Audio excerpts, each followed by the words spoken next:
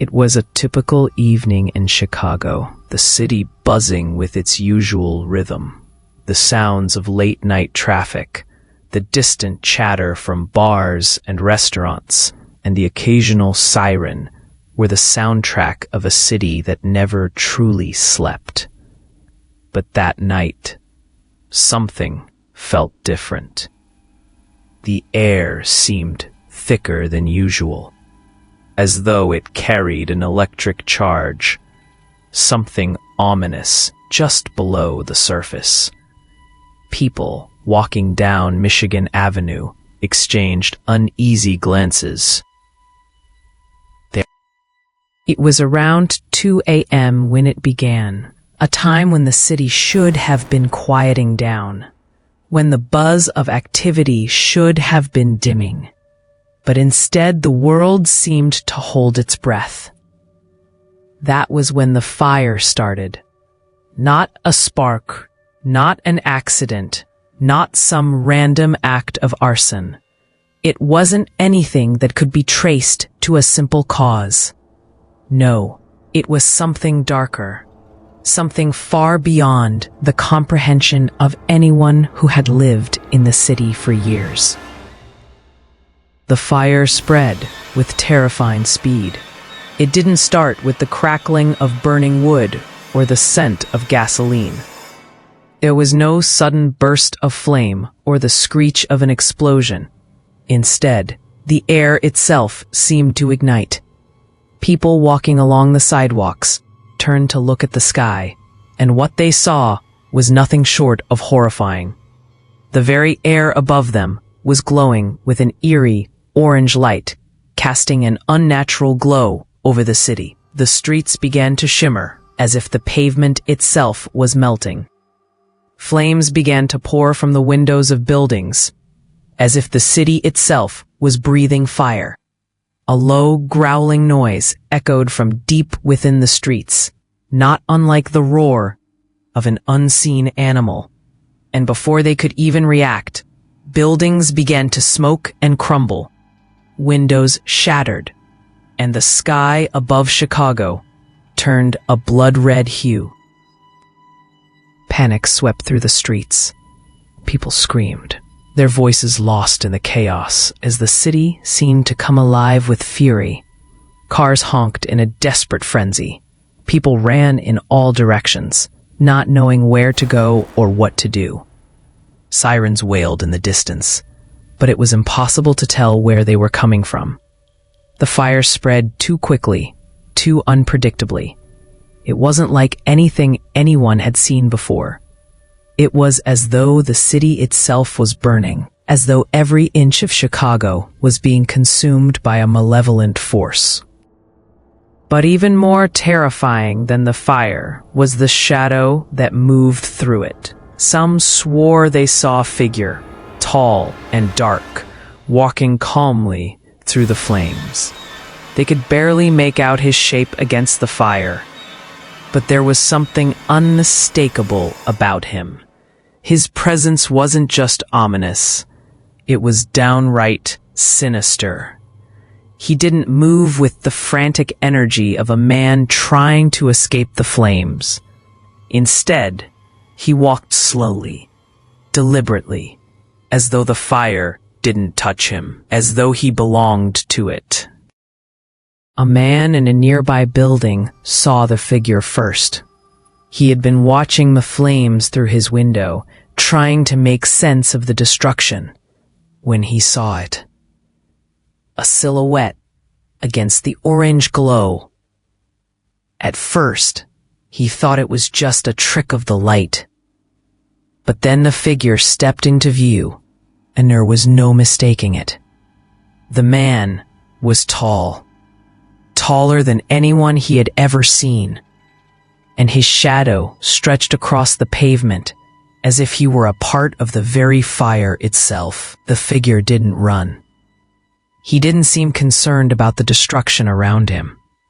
Instead, he walked with a strange, unnerving calm, his face obscured by a hood, his features hidden by the smoke and haze.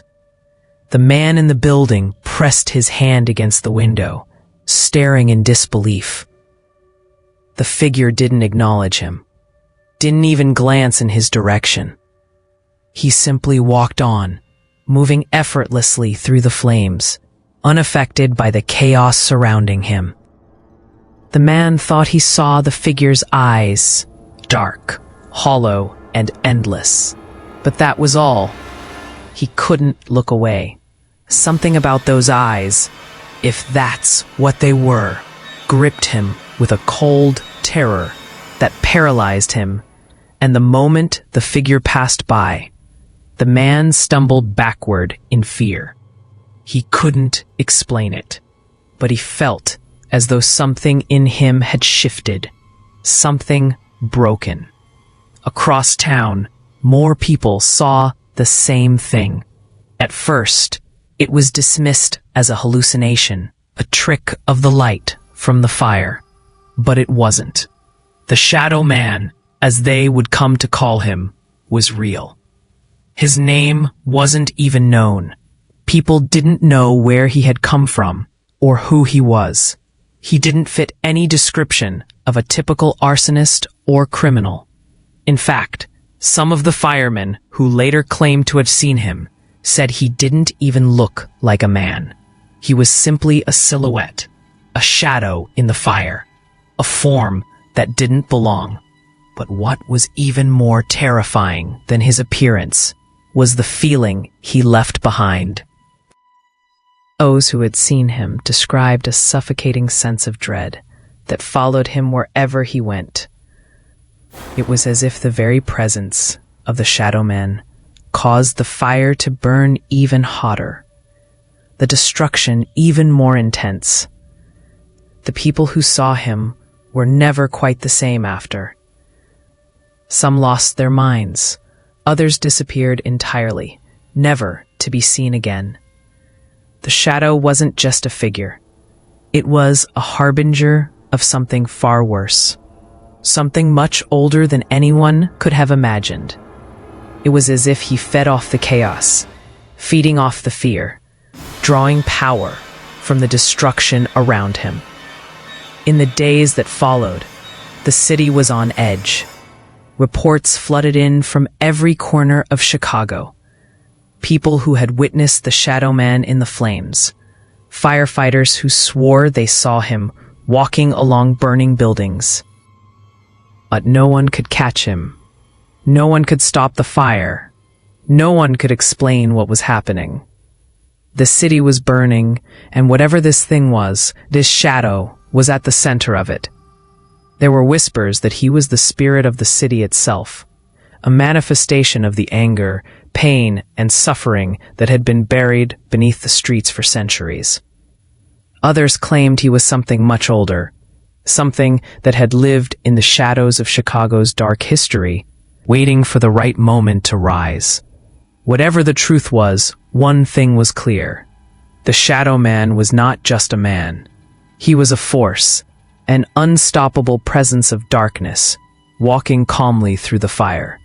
And Chicago, for all its strength and history, had no idea how to stop him. As the fire raged on, no one knew what to expect next. But one thing was certain. The Shadow Man was only getting started. And if you were unfortunate enough to look him in the eye, you might not make it out alive. A night the fire began was one that Mrs. Harris would never forget, though she wouldn't live to recall it. An elderly woman in her late 70s, Mrs. Harris had spent most of her life in a small apartment on the south side of Chicago. It was a modest space, filled with memories and quiet moments. She had lived there alone for years after her husband passed, finding comfort in the routine of her days, the simple life she led. But that night, something was different. Something sinister had come to her doorstep. It was nearing midnight when she first heard the knock. It wasn't a loud knock, nor did it come with the urgency that might suggest something was wrong. It was soft, almost as if someone was hesitant to disturb her. She rose from her armchair, her old bones creaking in protest, and shuffled toward the door. Her house was dimly lit by the glow of a few scattered candles, casting dancing shadows across the walls. The night outside was thick with fog, and the air in her apartment felt oddly still. She reached for the doorknob and turned it slowly. When she opened the door, there was no one there, just darkness. The street lamp outside cast a weak light, but it barely made a dent in the heavy blackness that seemed to have swallowed her doorstep.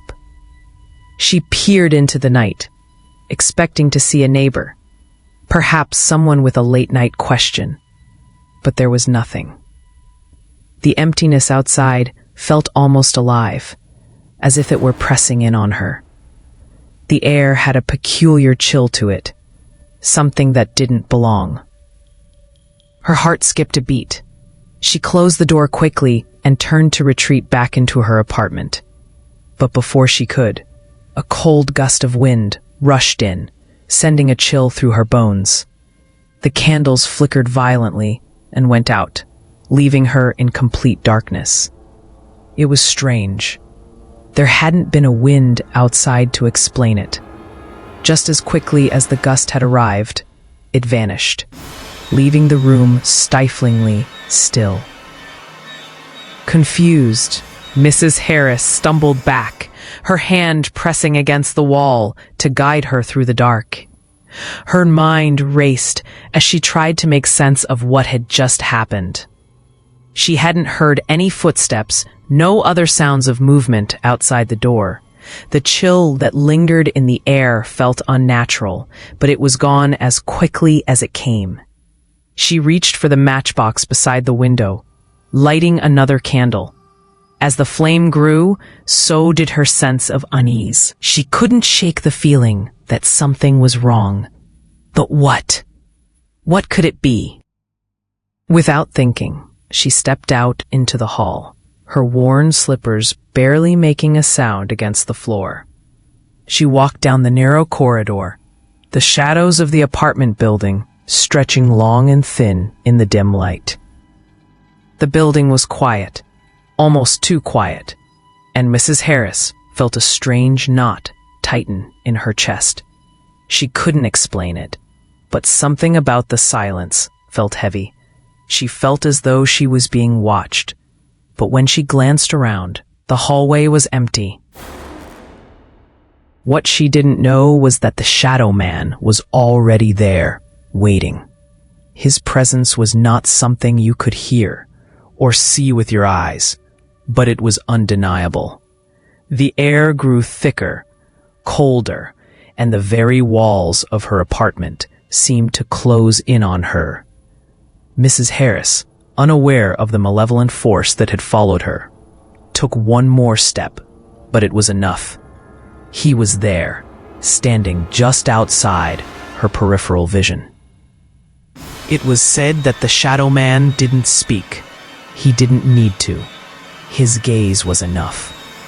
That night, it was fixed on Mrs. Harris. She turned, sensing the change in the air. But by the time her eyes darted to the hallway, there was nothing there. Nothing except the unnerving silence. But as her heart pounded in her chest, she couldn't shake the feeling that something was closing in. She retreated into her apartment, but by then, it was already too late. The fire started moments later. There was no warning, no sudden flash. It was as if the very air around her had caught fire. Flames began to lick the edges of the walls, curling up toward the ceiling. The crackling sound of the flames was louder than her heartbeat, as the fire spread with frightening speed, far quicker than any normal fire could. The room began to fill with smoke, and the once familiar smell of her home turned into the stinging scent of burning wood. Mrs. Harris tried to run, tried to escape, but the fire had already surrounded her. It moved like a living thing, coiling and twisting its way through the apartment. She stumbled toward the door, but it was no use. The flames blocked her exit, trapping her inside her own home. Her breath came in shallow gasps as the smoke thickened. She fell to her knees, her hands trembling. Was it possible? Was the fire alive? It was too quick. It was too powerful. It didn't make sense. It wasn't just a fire. It was something more. Her vision blurred as she tried to escape, but her strength was no match for the inferno. And then, just as suddenly as it had started, the fire began to subside, as if something had decided it was done. But Mrs. Harris was gone. She was never found. When firefighters arrived at the scene, hours later, they reported nothing but the smell of burnt wood and the remains of a home reduced to ash. But there was no body, no trace of Mrs. Harris. The fire department ruled it as an accident. But anyone who had heard the stories of the Shadow Man knew better. They knew that something far darker had come to the city that night. As the days passed, the fire didn't stop. It spread across the city like wildfire, consuming everything in its path. Each new blaze was a signal, a message. As the city burned, so did the whispers of the Shadow Man. People who had witnessed the flames spoke of a tall figure moving among them, his form appearing just as the fire ignited.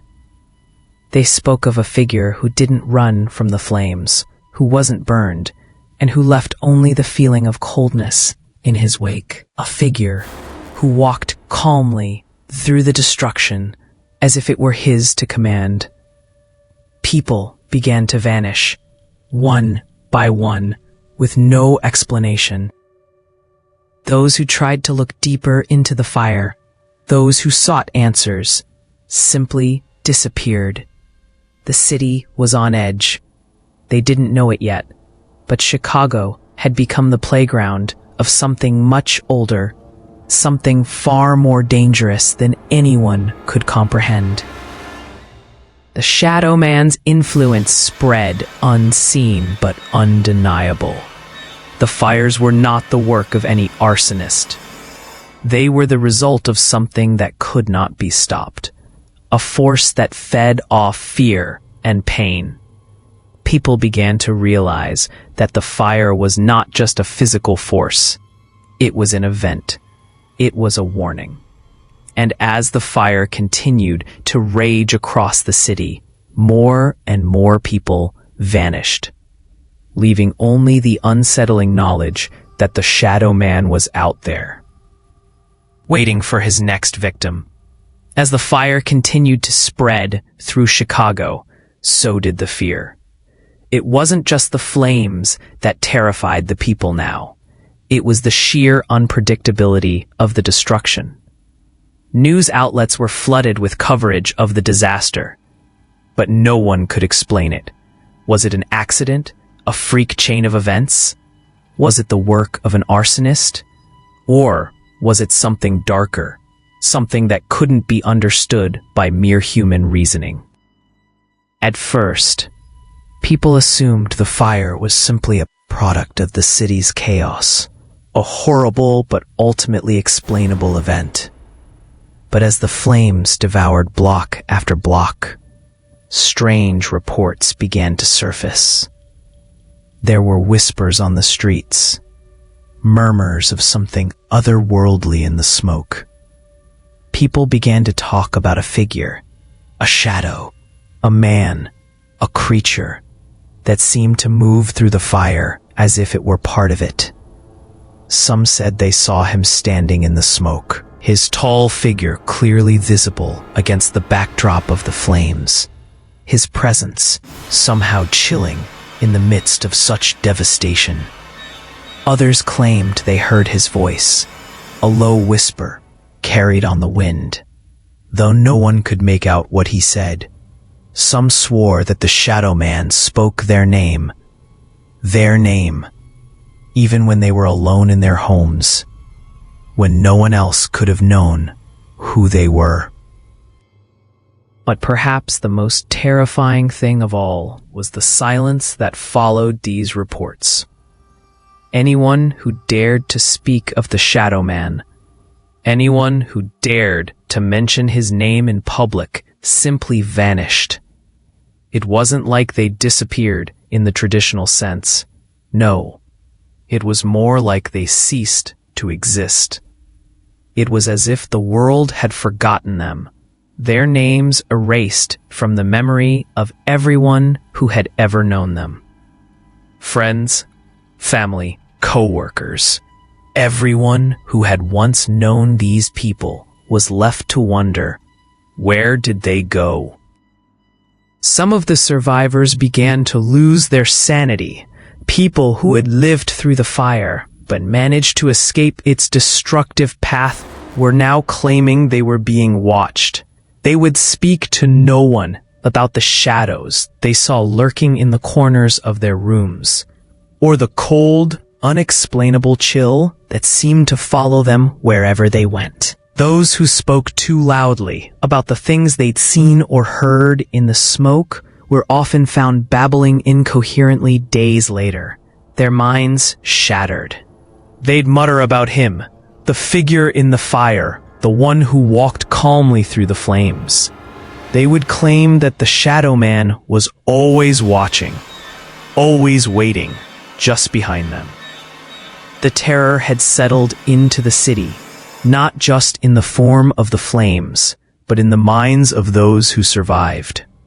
It was as if Chicago itself had become infected with something evil, something that couldn't be understood or confronted.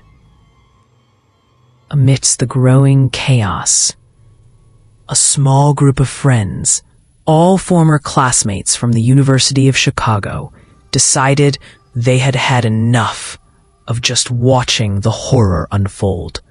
They were desperate for answers, searching for something that would explain the strange fires, the disappearances, and the whispers about the Shadow Man. These friends, Jake, Sarah, Mark, and Laura, had been close during their college days, but the terror consuming the city had pushed them closer together. They were united by their need for answers, each of them determined to get to the truth, no matter how dangerous it might be. The group began their investigation quietly at first. They'd meet in Laura's apartment in the heart of the city, away from the smoke and flames that had already begun to consume the outer neighborhoods. The fire was still spreading, but it was becoming more predictable. It moved along the edges of the city, skipping over certain buildings, while others burned to the ground. The news outlets reported on the spread of the fire, but no one could say why it was happening. Why some buildings were spared, while others were turned to ash, seemed like a random, chaotic mystery. But Jake, always the skeptic, believed there was something more to it than just random chance. "We need to follow the fire," Jake said one evening as they sat around Laura's kitchen table. "If this is some kind of curse or something, it has to have a pattern. We need to see where it goes. Maybe we can figure out why it's happening." Mark nodded, his face pale from lack of sleep. He had been the first to mention the Shadow Man to the group, after hearing rumors from a friend of a friend who had seen him standing in the smoke. It wasn't just a passing thought. Mark believed it. He could feel the weight of the darkness pressing down on the city, and he wasn't about to let it destroy everything he loved. "I know it sounds insane," Mark continued, his voice low, "but I swear, it's like the fire follows him. The Shadow Man is part of it. Every time I hear someone mention him, something terrible happens." Laura, who had been skeptical at first, felt her unease growing.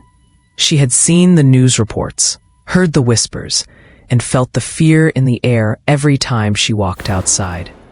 there was something more going on in Chicago than just a random outbreak of fires. She glanced at Sarah, who had been quiet, lost in thought. Sarah had seen the Shadow Man too, or at least thought she had. But what really unsettled her were the whispers that seemed to follow her home every night. "Okay," Sarah finally said, breaking the silence. "I'm in. We need to find answers. If the Shadow Man is real, if he's connected to all of this, we need to understand how to stop him." So, the group of friends set out the next morning, ready to follow the path of destruction.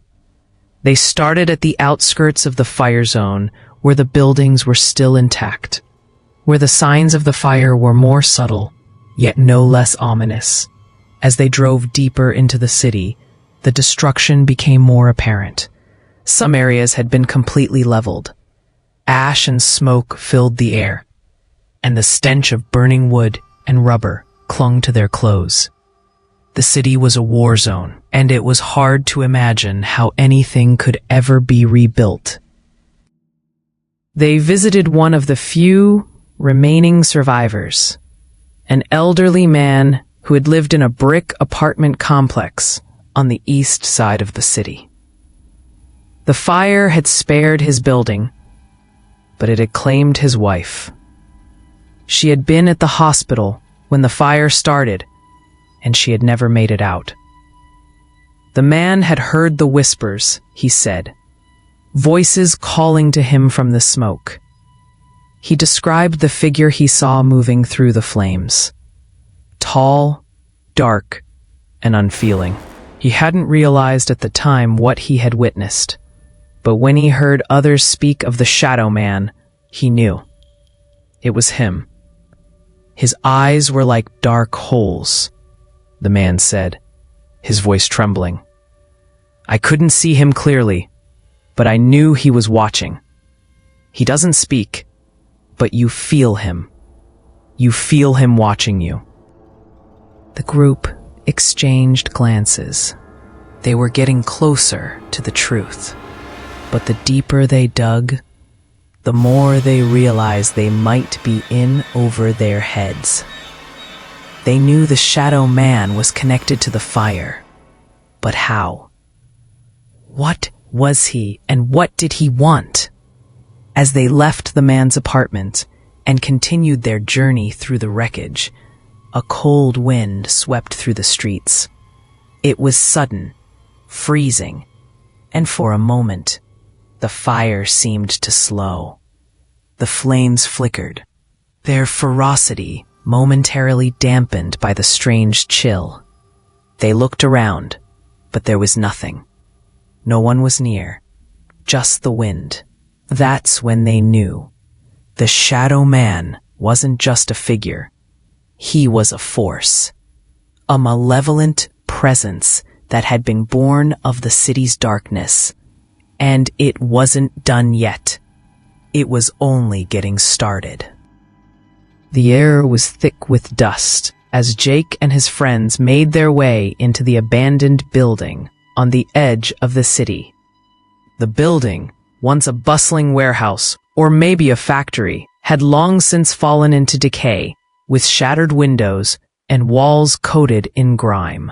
The fire, which had been raging for days, had spared this building, leaving it standing in eerie silence as though it were waiting for someone to discover what lay hidden inside. As they stepped through the broken door, their footsteps echoed in the emptiness, amplifying the oppressive stillness of the place. They had come here in search of answers, driven by the chilling sense that the fire, the disappearances, and the shadowy figure haunting the city were all connected. Mark had found the building on one of his walks through the deserted parts of the city, drawn to its dilapidated state, and something about it had felt wrong. It was as though the building was a secret waiting to be uncovered. Little did they know that the building would hold the key to everything. The group moved cautiously through the building, careful not to disturb anything too much. The floor creaked beneath their feet, and the faint smell of mildew lingered in the air. It was a place abandoned long ago, but still filled with remnants of its past. Old crates and piles of rusted metal lay scattered in the corners, and piles of shredded paper and torn fabric were strewn across the floor. Like remnants of lives once lived, they carefully explored room after room, each one more empty than the last, until they stumbled upon a small, locked office tucked away in the back of the building. Sarah, ever the resourceful one, found a way to pry open the door. She pulled on the rusted handle, and it creaked as the door opened, revealing a room filled with old furniture covered in layers of dust. On a desk in the corner, a stack of yellowed papers and old books caught their attention. But it was something else that drew their gaze. A worn, leather-bound diary, its edges frayed and its pages crumbling with age. The book seemed almost alive, as though it had been waiting for someone to find it. Jake picked it up, feeling a shiver run down his spine. The book felt heavier than it should have, as if it contained something more than just words. He opened it carefully, the pages crackling under his fingertips, and began to read aloud. The first entry was dated nearly 50 years ago, written by a man named Samuel Deverek. July 16th, 1973. The city of Chicago is rotting. The streets are lined with broken dreams, with desperate men and women seeking solace in the depths of corruption and violence. I have seen things that no one should see. But the most terrifying of all is the figure in the shadows, the one I call the Shadow Man. As Jake read, the others leaned in closer, their curiosity growing. The diary was filled with ramblings, descriptions of the city's darkest corners, and tales of violence that seemed to bleed through the pages. Devereaux's writing was feverish, his words almost manic. It quickly became clear that the man had been obsessed with the creature he called the Shadow Man, convinced that it was more than just a ghost or a figment of his imagination. He is not a ghost, Jake continued reading aloud. He is something far worse, a creature born from the darkness that resides in the heart of this city. He feeds on the pain, the suffering, the bloodshed, and I believe, no, I know, that he will one day rise to claim everything. Chicago will burn, and the Shadow Man will rise from the ashes, stronger than ever before. He will take what he is owed. The room fell silent as they processed what they had just read. A creature, born from the city's darkness, fed by the violence and suffering that had plagued Chicago for generations. The more they read, the more they realized how deeply Devereaux had believed in the Shadow Man's existence. He was convinced that the figure wasn't merely a ghost or a spirit. It was something much more dangerous, something tied to the very fabric of the city itself. I've seen him, the diary continued, in the smoke, in the shadows of the alleys, in the reflection of broken glass. He is not like us. He does not feel pain or fear. He is the embodiment of everything dark and twisted in this city. And he will not stop until he has claimed everything. I fear I have already seen the signs. The fires, the disappearances. The Shadow Man has awoken, and there is no stopping him now. As Jake closed the diary, he felt a cold weight settle in his chest. He glanced at his friends, who were all staring at him with wide, fearful eyes. Sarah looked pale, Mark was trembling, and Laura had her hands pressed to her mouth, as though trying to suppress the scream that threatened to escape. This can't be real," Laura whispered, though her voice trembled with doubt. But Jake knew, deep down, that it was. The more he thought about it, the more everything began to make sense. The fire, the disappearances, the way people seemed to vanish without a trace, it was all connected. And now they had found the proof they were looking for. The Shadow Man wasn't just some local legend, some ghost story told to frighten children. He was real, and he had been feeding on the pain and suffering of Chicago for decades. The diary also described strange occurrences that Devereaux had witnessed during his obsession with the Shadow Man. He had claimed to see the figure standing in the smoke of fires, watching from the shadows of alleys, and lurking in the corners of abandoned buildings. Devereaux believed that the figure was a manifestation of all the violence and suffering that had plagued Chicago over the years: murders, corruption, and all the other dark aspects of city life. The more Devereaux researched, the more he became convinced that the Shadow Man was tied to Chicago's very existence. "I have seen him at the heart of every tragedy," Devereaux had written, "and I fear that when he rises, it will be the end of us all. The fires are just the beginning." As Jake read these words, a chill ran down his spine. It was clear that Devereaux had been on the brink of discovering something that could have stopped the Shadow Man, something that could have prevented the city's ultimate destruction. But he had vanished before he could finish his work. And now, Jake and his friends had uncovered the final piece of the puzzle. The Shadow Man had been feeding on the pain of the city for years, growing stronger with every tragedy. The fires were his way of reclaiming what he believed was owed to him, and Chicago was his battleground. Jake knew that the only way to stop the Shadow Man was to understand the true nature of his power, where it came from, and how it could be stopped. The group sat in stunned silence, the weight of their discovery pressing down on them. They had found the truth, but it was a truth that threatened to consume them. They were no longer just dealing with a local legend or a dark figure in the shadows. They were dealing with something ancient and powerful, something that had existed long before they had come to understand it. And now, they were part of the story. The Shadow Man was real. And he had been waiting for this moment, waiting for them. The city of Chicago had become a nightmare. Nearly half of it was consumed by flames, and the once thriving metropolis was now a smoldering ruin. Jake and his friends had tried everything.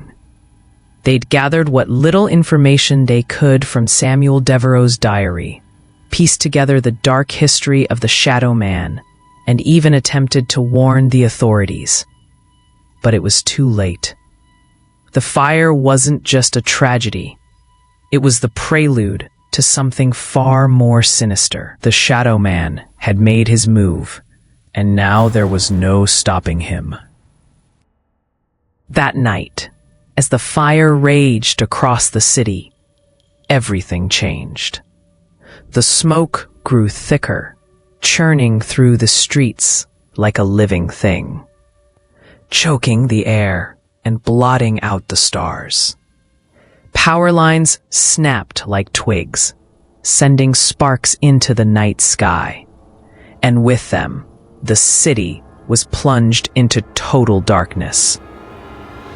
The once familiar hum of the city's electricity was gone, replaced by the eerie quiet of the streets, except for the crackling of fire and the distant screams of people caught in the chaos. Jake and his friends were gathered in a safe house, a small building on the edge of the city that had somehow avoided the fire. but safety was an illusion now. It was as if the very fabric of Chicago had unraveled, and all the city's past sins, all the pain and suffering, had culminated in this moment. The Shadow Man was not merely a figure of terror. He was a force. The fires, the darkness, the disappearances, it was all him. The group tried to make sense of what was happening, but fear clouded their minds. They had seen the Shadow Man before, standing in the smoke, moving with an unnatural calm through the flames. But now, it was different. He was everywhere. No longer just an observer or a silent killer. The Shadow Man had taken control of the entire city. He wasn't just lurking in the shadows. He was the darkness itself. Every corner they turned seemed to lead them deeper into the nightmare. It was Mark who first noticed it. He'd stepped outside to try to get a better look at the city, hoping to spot a way to escape, or at least gather some information. But when he stepped into the street, his heart sank. The city was no longer the same. The streets were drenched in smoke, the orange glow of the fire casting long, unnatural shadows across the pavement. The buildings, once proud symbols of the city's might, now stood like silent monuments to a forgotten age, their windows shattered and their walls crumbling under the weight of the flames.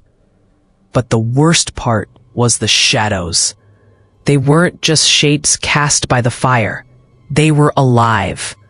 They seemed to move on their own, stretching and shifting like tendrils of smoke, creeping closer to everything they touched. "We have to go now," Mark said, his voice trembling. The others gathered quickly, sensing the urgency in his tone. They didn't need to ask why. They had all felt it. The Shadow Man was close, closer than they'd ever been before. They gathered their things and made their way down the narrow alley, hoping to find a way out of the city. But as they ran, it was clear that the city was closing in on them. The air felt thick, suffocating, as if the very buildings were leaning in, pressing them together. The fire had consumed the city, but now the Shadow Man had made it his domain. No matter how fast they ran, no matter how many corners they turned, the Shadow Man was always just a step behind them. It was as though he was everywhere, his presence pressing on them from all sides. It didn't matter that the fire was still burning. He was in control now. Every shadow seemed to whisper his name, calling to them, and with each passing second, the terror grew. Jake's mind raced as he glanced over his shoulder. He didn't know what he expected to see, but what he saw was worse than anything he could have imagined.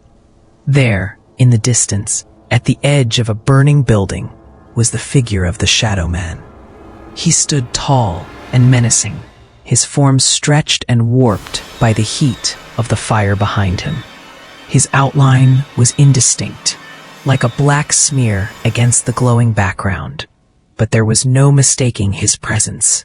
He was watching them, and in that moment, Jake knew that the Shadow Man had no intention of letting them escape. Jake's heart pounded in his chest as they continued to run, but no matter how fast they moved, it felt like the darkness was pulling them back. The smoke, thick and suffocating, curled around them, choking off any hope of safety.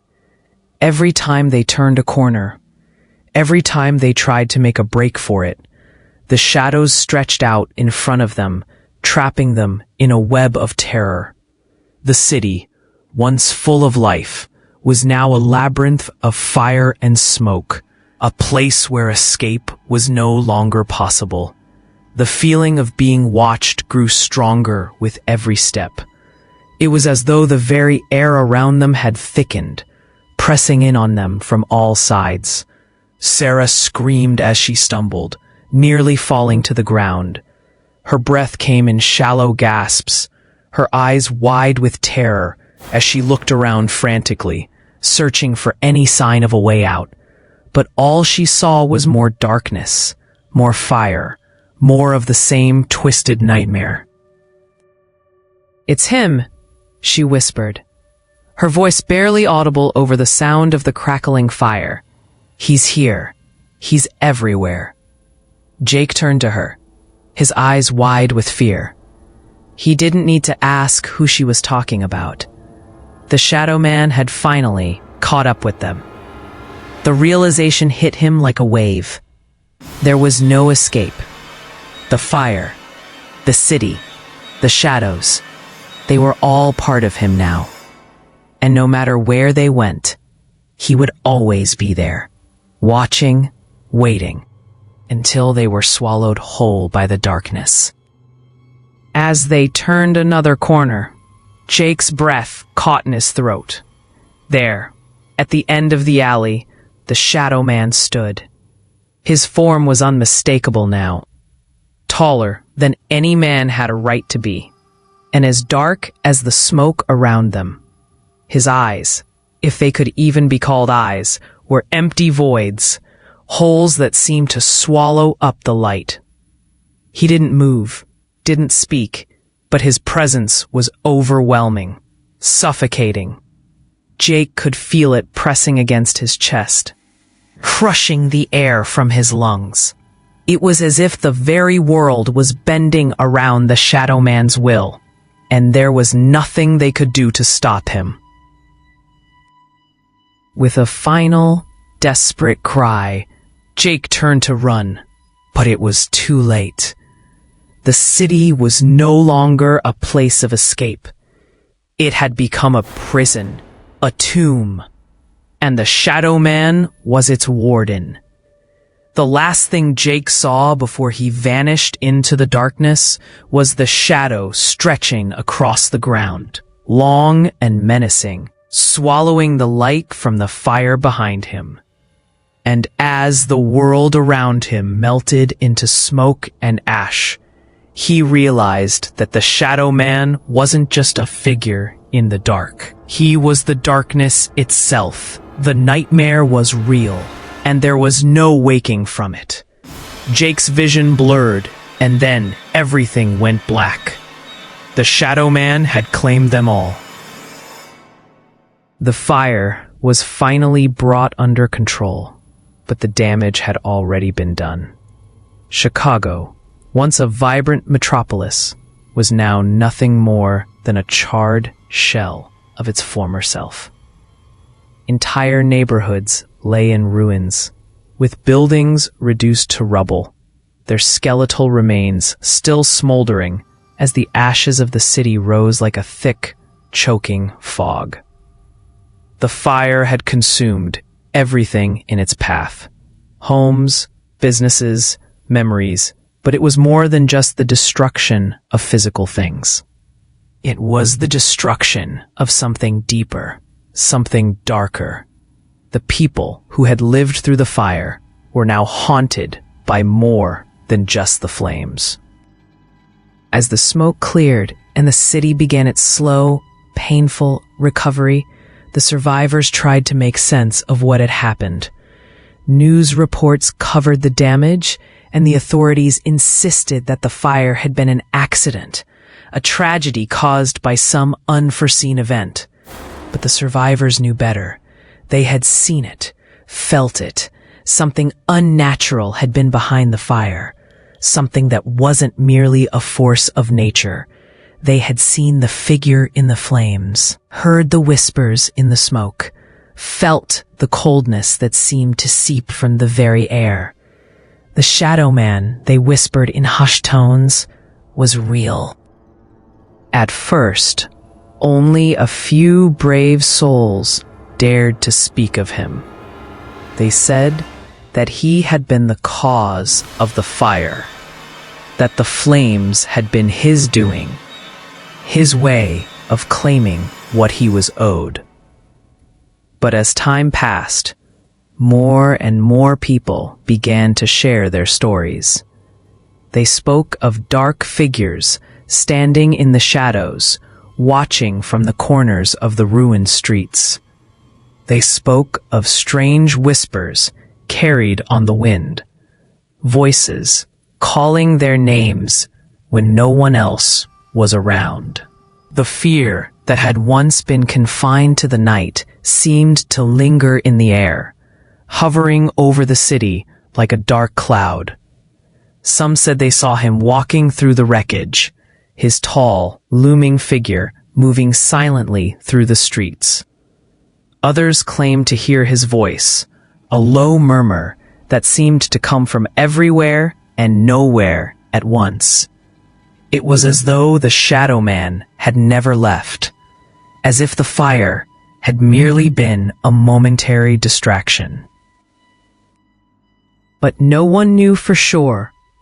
No one knew where he had come from, or what he truly was. Was he a ghost? A spirit born from the city's violent history? Was he a curse? The embodiment of all the suffering and pain that had been buried in the streets over the years?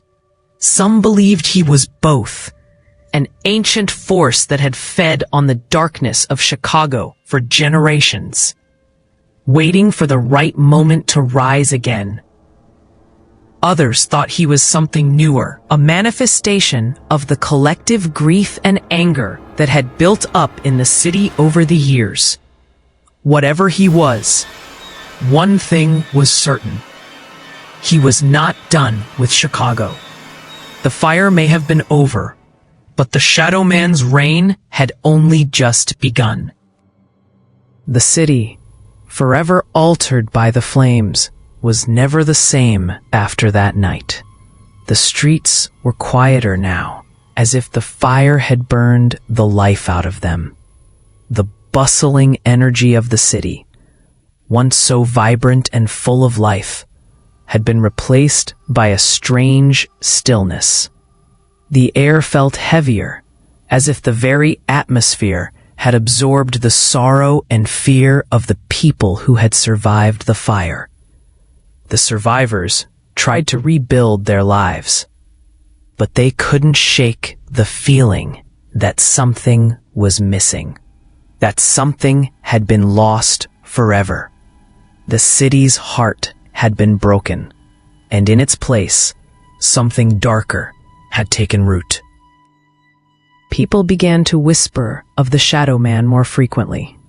They said he was still out there, hiding in the shadows, waiting for the next moment of suffering to rise from the ashes. Some claimed they had seen him again, standing in the alleyways, his dark form blending with the smoke, watching as the survivors tried to rebuild their shattered lives. Others said they had heard his voice, a whisper on the wind, calling to them from the corners of the city. No one knew for sure, but the fear lingered, palpable and thick. It was as though the Shadow Man had become a part of the city itself, woven into its very fabric. As time passed, the stories of the Shadow Man began to take on a life of their own. People spoke of him as if he were a ghost, a dark figure who haunted the city's streets, waiting for his next victim. Some said that he could never be truly defeated, that he was tied to the city's history, to its past sins and tragedies. Others believed that the only way to stop him was to confront him directly, to face the darkness, and find a way to break his hold on the city. But no one had the courage to try. They were too afraid, too consumed by the fear that the Shadow Man would never truly leave. Every so often, when the wind blew just right, people claimed to hear whispers, soft, unintelligible murmurs that seemed to come from nowhere and everywhere at once. They said the Shadow Man was still there, still watching, still waiting. Some claimed to hear his voice in their dreams. calling them by name, urging them to come closer. Others said they could feel his presence in the silence of the night, a dark weight pressing down on them as they tried to sleep. The city had become a place of nightmares, a place where the line between reality and legend blurred, where the past could never truly be buried. The survivors tried to move on, tried to rebuild what had been lost, but the Shadow Man was never far from their thoughts. He had left his mark on the city, and in a way, he had left his mark on them. Some couldn't escape the feeling that they were being watched, that no matter how far they ran, the Shadow Man would always be just behind them, lurking in the shadows, waiting for the next tragedy to unfold. The city had become a prison, a place where the past was always present, and the Shadow Man was the warden. And so, the legend continued. In the heart of Chicago, the Shadow Man remained, a dark figure in the night, always watching, always waiting. He was the city's curse, the embodiment of its darkest secrets and its deepest pain. The people who had survived the fire never forgot him, and those who came after them would learn his name, feel his presence, and wonder if they too would become a part of his story. The wind blew once more, carrying with it the whispers of the Shadow Man, and the city, forever scarred by the fire, would never be the same. It was a city haunted by its own history, by the things it could never escape. The curse of Chicago was alive, and it had only just begun. The fire may have ended, but the burning never stopped.